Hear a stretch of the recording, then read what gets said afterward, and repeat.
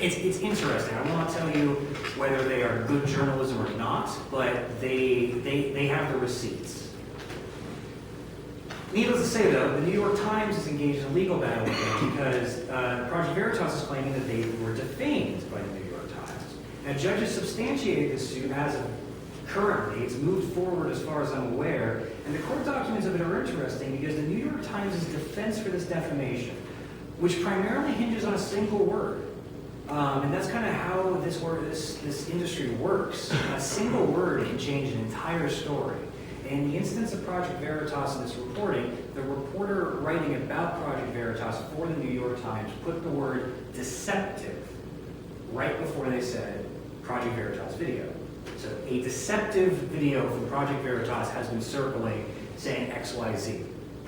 That's defamation. If that's not true, if it's not deceptive, that's a defamatory comment. And that's what Project Veritas is arguing.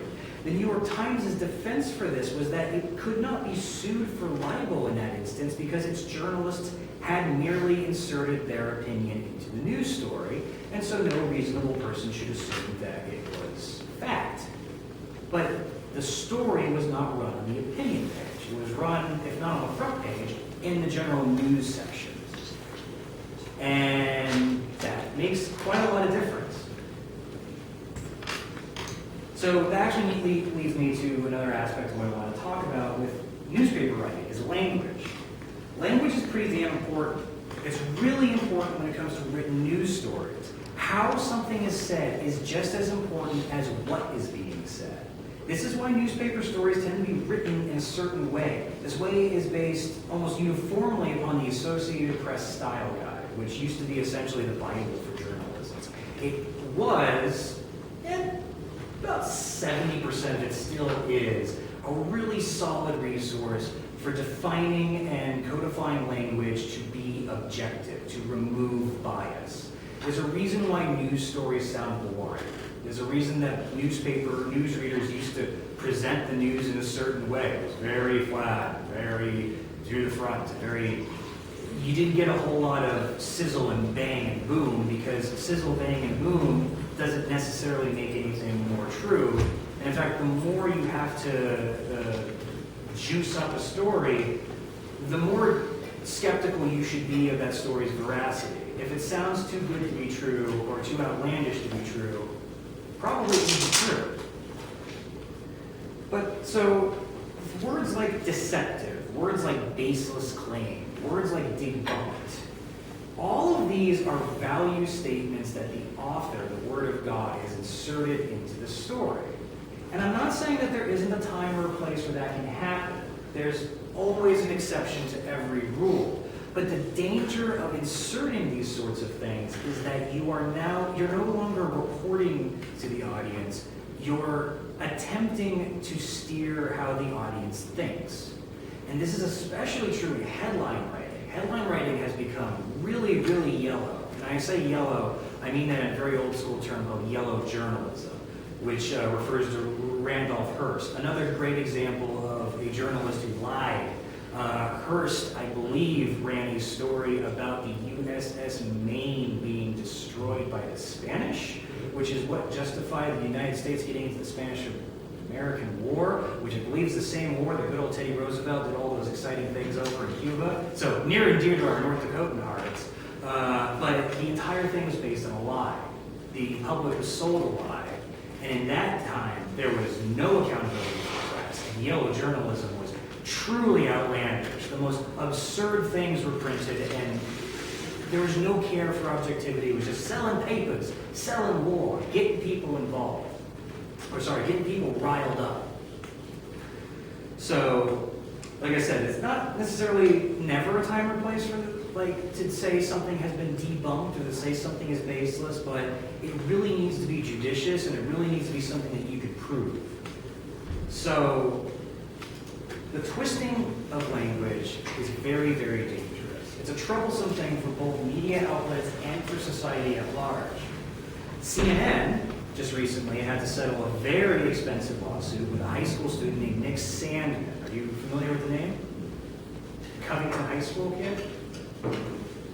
So Nick Sandmann was part of I believe Covington High School is a Catholic school, and he was part of it was like a pro-life rally essentially. He and his students his fellow students went with a teacher to Washington, D.C., and they were gathered for a pro-life rally, during which time Sandmann specifically was filmed with what appears to be a smirk on his face, standing in front of a Native American man banging a drum. And that single clip was taken and broadcast in multiple media outlets and led to an incredible amount of defamatory comments made about Sandmann. He was accused of harassment. He was accused of being a white supremacist. There were celebrities, like actual millionaires, saying that he looked like somebody they would want to punch.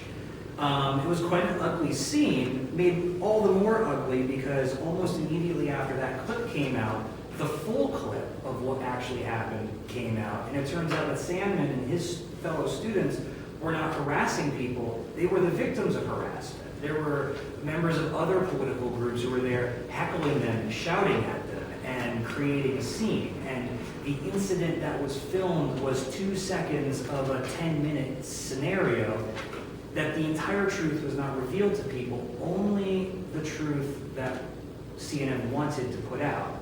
It was bad enough that they had to settle with Sandmann for like $200 million. So keep that in mind. If you want to make $200 million, just get defamed by the mainstream media. It's a really great way to secure your retirement. So the point of that, and that's not even the only high-profile one. I think you guys all know the name Kyle Rittenhouse.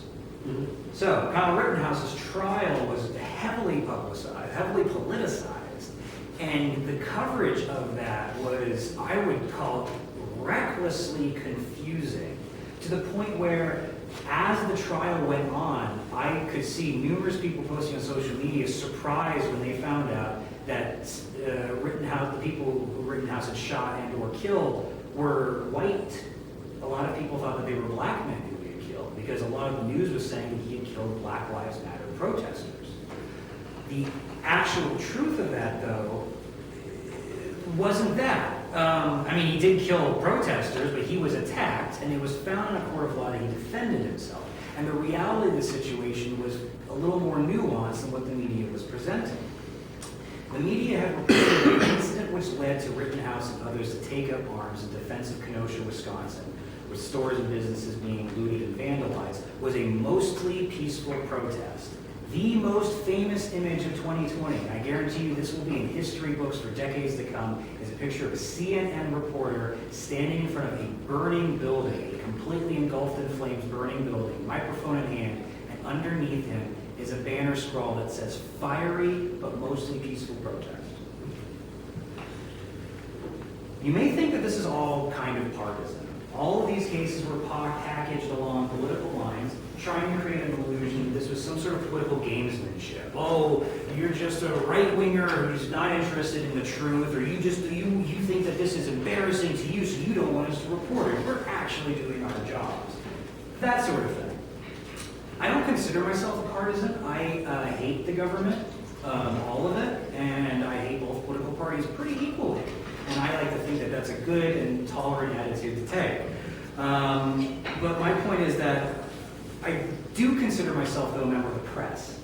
And I do consider myself knowledgeable to know that there is a way that the news is supposed to be written, there's a way the news is supposed to be packaged, and I am gravely concerned with how it is being presented to everyone from all sides. The media at large no longer serves to inform but to inflame. Brian Williams lied and he didn't lose his job. Other journalists have been completely blacklisted for far lesser crimes. The reality is that journalists cannot and should not be taken at their word, period, bar none. You shouldn't take me at my word, you shouldn't take anyone at their word. You should be willing to look for alternative viewpoints, to look deeper into what you're being told is true.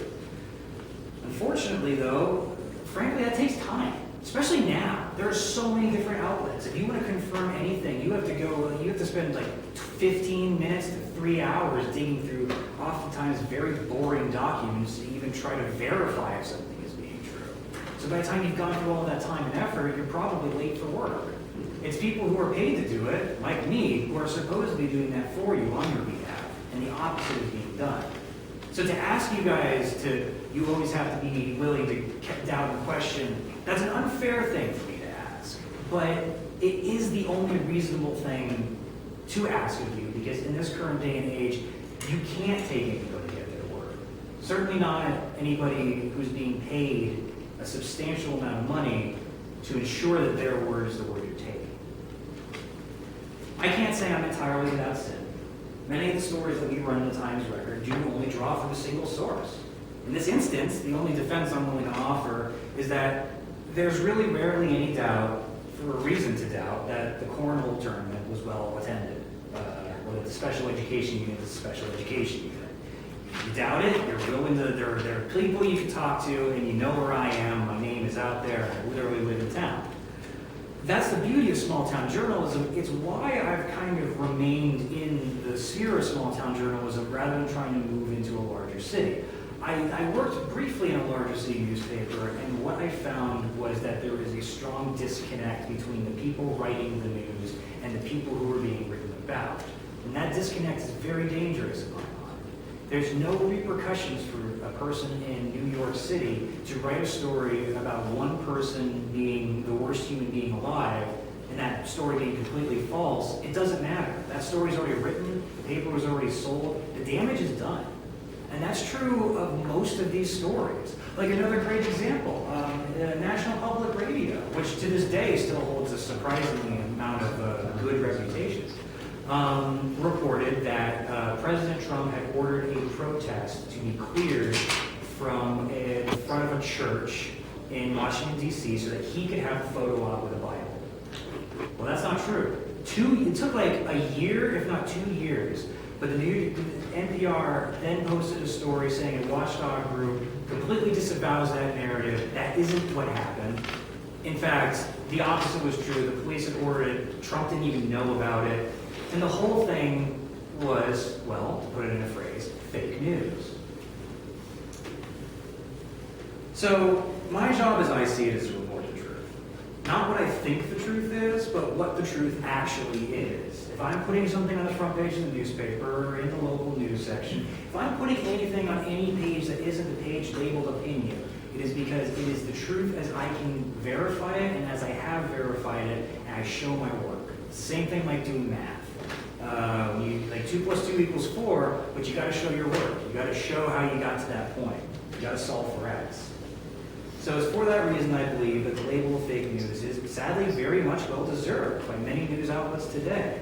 And you really need to only look at the current coverage of this crisis in Ukraine to see what I'm talking about. Because we are seeing footage from years ago being presented as current war footage. We are seeing video game clips. They're running video game clips saying that this is the ghost of Kiev, Samuel Hayden, Samuel Hyde is a comedian whose face was photoshopped onto a plane pilot, and that was run on major news networks as a real thing. It didn't happen. None of it's true. Which ones? Which ones? Well, CNN for one. Samuel Hyde. You'll have to look into it. Just look up the Ghost of Kiev stuff. I'd be curious how many carry it. I know more than a few. So the truth about this and about so many other things currently is unclear. And because those charged with bringing you the truth are not holding to their principles, they're not holding to time-tested standards of the industry. That's the difference, as I see it. That's what makes fake news, and what makes real news, real news. It's how it's presented, and it's how accountable what is being said is. So, that's all I got. That's the lecture portion. So I guess now I'd like to open it up. I'd be curious to hear your thoughts, frankly. What do you think?